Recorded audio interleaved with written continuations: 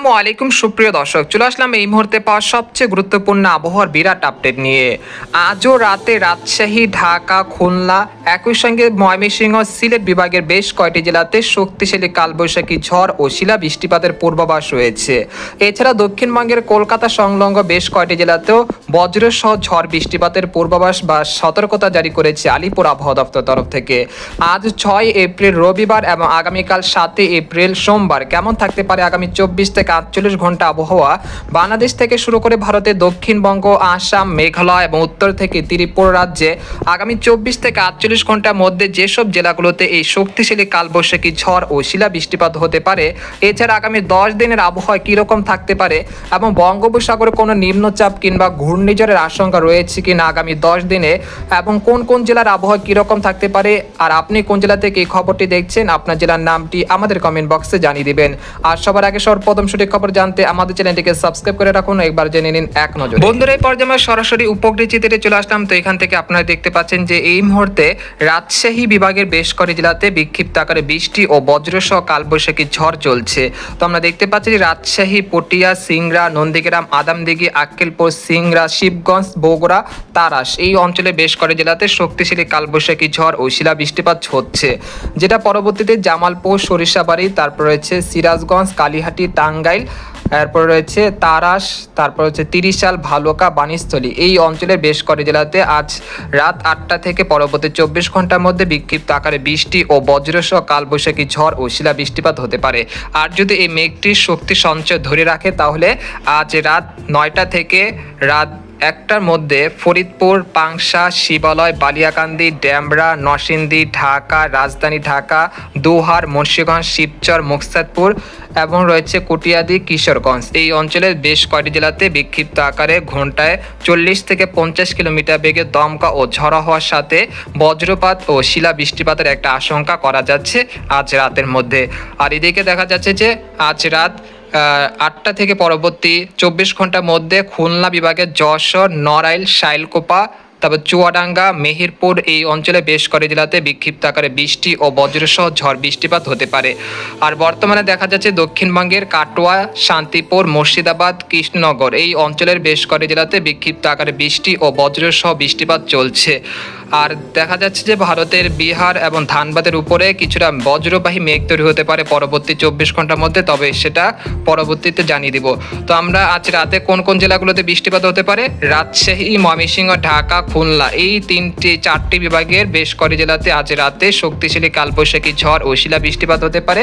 একই সঙ্গে রাতের দিকে সিলেট বিভাগের 2-1 স্থানে কিছুটা বজ্র বৃষ্টিপাতের সম্ভাবনা রয়েছে। এছাড়া বরিশাল, চট্টগ্রাম বিভাগে তেমন বৃষ্টিপাতের সম্ভাবনা দেখা যাচ্ছে না, যদিও কুমিল্লা, তারপর ব্রাহ্মণবাড়িয়া এই অঞ্চলে 2-1 স্থানে আজ রাতে বা মধ্যরাতের দিকে কিছুটা বৃষ্টি ও বজ্র বৃষ্টিপাত হতে পারে।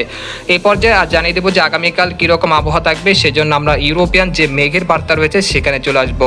তো আমরা 7 এপ্রিল সোমবার ভোর 5টার দিকে চলে আসার পর দেখতে পাচ্ছি যে খুলনা, বরিশাল এবং দক্ষিণবঙ্গের কলকাতা, উত্তর ও দক্ষিণ 24 পরগনার 2-1 স্থানের আকাশ কিছুটা মেঘলা থেকে মেঘলা থাকতে পারে।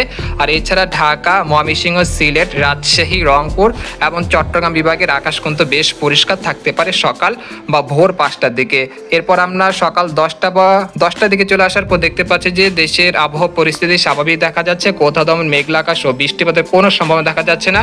একই সঙ্গে দক্ষিণ হাওয়া যেটা দেশের মধ্য দিয়ে প্রবেশ করতেছে, এর ফলে জলীয় বাষ্প সেটা কিন্তু দেশের অভ্যন্তরে প্রবেশ করতেছে। আর এর ফলে বিকেল বা সন্ধ্যার দিকে আবারও কিছুটা বজ্রবাহী মেঘ তৈরি হতে পারে, যেটা ভারতের ধানবাদ, তারপর নালিহাটি, শিউরি, মুর্শিদাবাদ, কৃষ্ণনগর এই অঞ্চলগুলোতে আগামীকাল সোমবার 7 এপ্রিল বিকেলের দিকে এই কালবৈশাখী ঝড়ের একটা সম্ভাবনা রয়েছে। একই সময় রাজশাহী, তারপর রয়েছে চাঁপাইনবাবগঞ্জ, মহানপুর, পটিয়া, আদামদিঘি, আক্কেলপুর, পেতনিখোলা এই অঞ্চলের 2-1 স্থানে কিছুটা বিক্ষিপ্ত আকারে বৃষ্টি ও বজ্রসহ ঝড় বৃষ্টিপাত হতে পারে। এছাড়া ব্রাহ্মণবাড়িয়া, তারপর নোয়াখালী, ফেনী এই অঞ্চলে 2-1 স্থানে কিছুটা বৃষ্টি ও বজ্র বৃষ্টিপাত হতে পারে। তারপর আমরা দেখতে পাচ্ছি যে রাত 8টার দিকে এই পরিস্থিতি কিন্তু অনেকটাই উন্নতি হতে শুরু করেছে, তবে চট্টগ্রাম বিভাগের পার্বত্য চট্টগ্রাম বিভাগের 2-1 স্থানে কিছুটা বিক্ষিপ্ত আকারে বৃষ্টিপাত চলতে পারে, যেটা বিলাইছড়ি, রাজস্থলী, একই সঙ্গে কুতুবদিয়া, মহেশখালী এই অঞ্চলে 2-1 স্থানে কিছুটা বিক্ষিপ্ত আকারে বৃষ্টি ও বজ্রসহ বৃষ্টিপাত চলতে পারে। তারপর আমরা পরের দিন অর্থাৎ 8 এপ্রিল মঙ্গলবার চলে আসলাম। মঙ্গলবার আসার পর দেখতে পাচ্ছি যে দেশের দক্ষিণাঞ্চলের আকাশ কিছুটা মেঘলা থেকে মেঘলা থাকতে পারে, তবে দেশের উত্তর এবং মধ্য অঞ্চলের আকাশ কিন্তু বেশ পরিষ্কার থাকতে পারে। ঢাকা, তারপর হচ্ছে রাজশাহী, খুলনা, রাজশাহী, তারপর রয়েছে ময়মনসিংহ, সিলেট এবং রংপুর বিভাগের আকাশ কিন্তু বেশ পরিষ্কার থাকতে পারে। আর এই সময় বঙ্গোপসাগরে একটি নিম্নচাপ তৈরি হতে পারে। তো আপনারা দেখতে পাচ্ছেন যে 8 এপ্রিল মঙ্গলবার দুপুরের দিকে সাগরে একটি নিম্নচাপ তৈরি হতে পারে, যেটা 9 এপ্রিল এটা শক্তি সঞ্চয় করে কিছুটা বাংলাদেশ এবং দক্ষিণবঙ্গের দিকে অগ্রসর হতে পারে।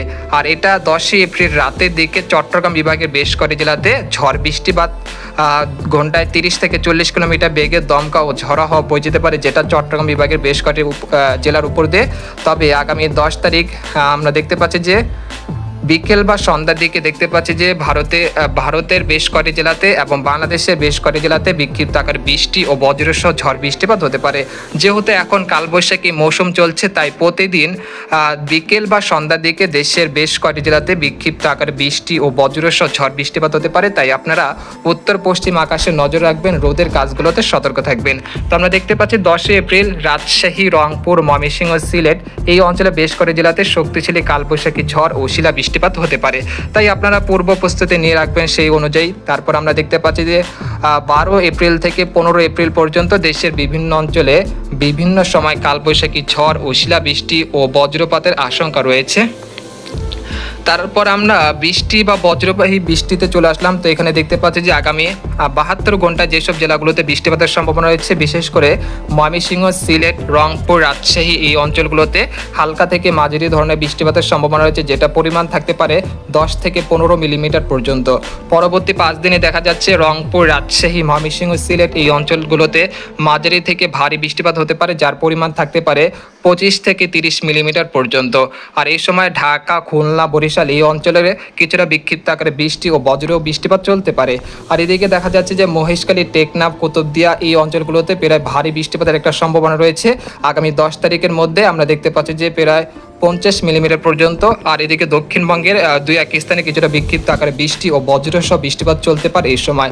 এরপর পরবর্তী 10 দিনে দেখা যাচ্ছে যে দেশের 8 বিভাগের 64 জেলায় কিন্তু হালকা মাঝারি বৃষ্টিপাতের সম্ভাবনা রয়েছে। একই সঙ্গে দক্ষিণবঙ্গের বেশ কয়েকটি জেলাতে কালবৈশাখী ঝড় ও ভারী বৃষ্টিপাতের সম্ভাবনা রয়েছে আগামী 10 দিনে। এবং বঙ্গোপসাগর কিছুটা উত্তাল থাকতে পারে আগামী 8 এপ্রিল থেকে 10 এপ্রিলের মধ্যে। তাই আপনারা যারা মাছ ধরা ট্রলার নিয়ে সমুদ্রে যেতে চাচ্ছেন তারা সাবধানতার সাথে থাকবেন। আগামী 8 এপ্রিল একটি বঙ্গোপসাগরে নিম্নচাপ তৈরি হতে পারে, সেই নিম্নচাপের কারণে বঙ্গোপসাগর কিছুটা উত্তাল থাকতে পারে। তাই যারা মাছ ধরা ট্রলার নিয়ে সমুদ্রে যেতে চাচ্ছেন তারা সাবধানতার সাথে থাকবেন। তো এই ছিল খবর। তো আজকের খবর এখানে শেষ করলাম। সবাই ভালো থাকবেন, সুস্থ থাকবেন। আল্লাহ হাফেজ।